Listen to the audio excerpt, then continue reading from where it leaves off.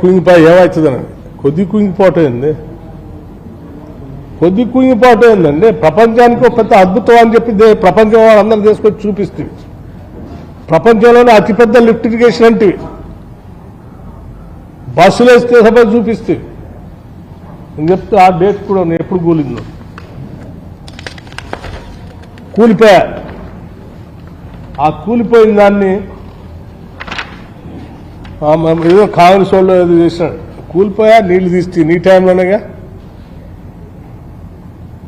అప్పుడు మీరే కదా అధికారంలో ఉంది.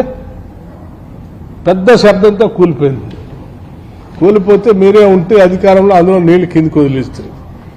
మళ్ళీ మీరు వచ్చి నీళ్లు వదిలేస్తున్నారు. నేనే అవుతున్నాను, అప్పుడు నువ్వేనా ఉంటే.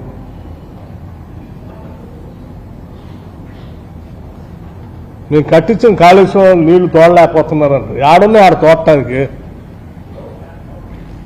ఉన్నాయా?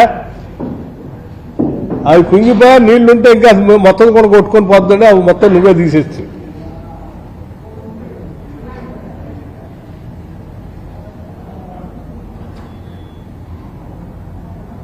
అయినా ఇంకా తగుదనమ్మా అని చెప్పి బయటకు వచ్చి ఇట్లా మాట్లాడటం మర్యాదగా ఉందా కేసీఆర్ గారు? మీకు కరెంటు నువ్వు నష్టపెడితే కరెంటును సరి చేస్తుంటావు, అయినా ఆర్థిక వ్యవస్థను సరి చేస్తూ ఉంటుంది. ప్రాజెక్టులు ఎట్లా చేయాలని మేమన్నది కాదు కదా. డ్యామ్ సేఫ్టీ అధికారులే వచ్చి ఎక్కడి నుంచి మాట్లాడుతారు.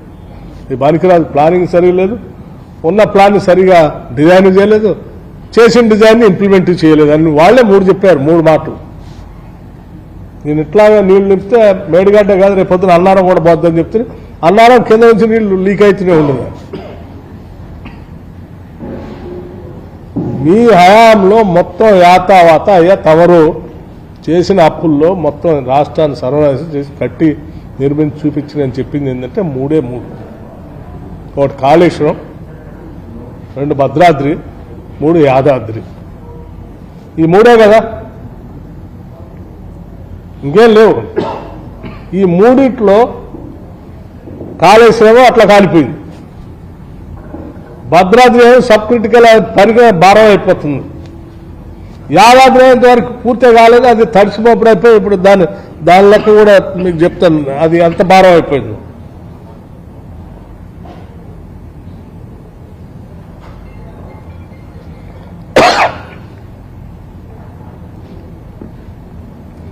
వైటీపీఎస్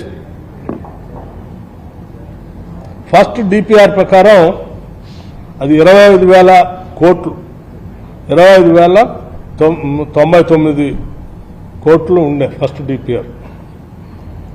మీరు డిలే చేయటం వల్ల అది పెరిగి వాళ్ళ అది ఒక 35,000 36,000 కోట్లు పెరిగింది.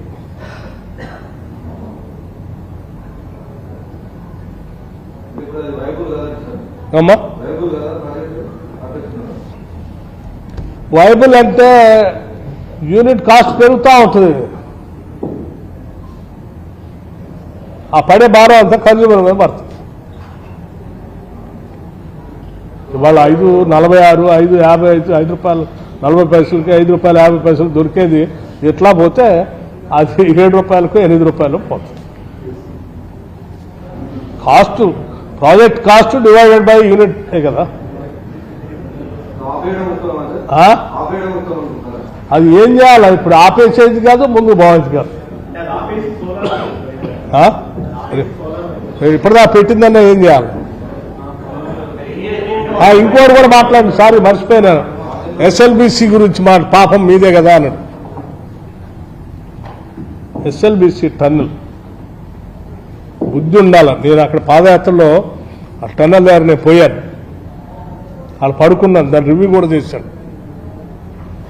ఆనాటి ఉమ్మడి ప్రభుత్వంలో ఆ టన్నెల్ని కంప్లీట్ చేస్తే 42 కిలోమీటర్స్ కంప్లీట్ చేస్తే నీ గ్రావిటీతో నల్గొండ జిల్లా మొత్తం సస్యశ్యామలం కావడానికి పనికొచ్చేటట్టుగా ప్లాన్ చేసింది.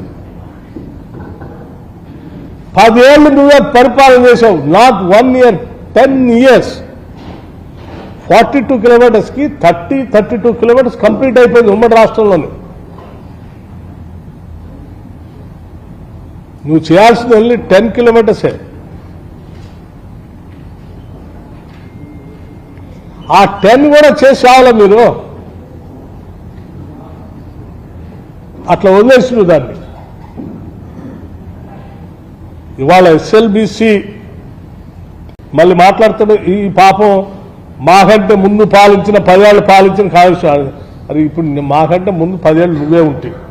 నీకంటే ముందున్న 10 ఏళ్ళ గురించి మాట్లాడితే వాళ్ళు 30 కిలోమీటర్లు తీసి ఇచ్చిపోయారు. నీకు అన్ని క్లియరెన్స్లు తెచ్చి ఇచ్చిపోయారు.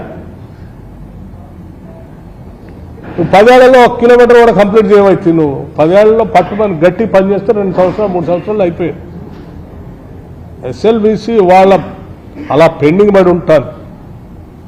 నక్కలగండి కానీ ఎస్ఎల్బిసి కానీ డిండి కానీ అన్నీ అలా పడి ఉంటాను కేవలం కేసీఆర్ నిరాశ.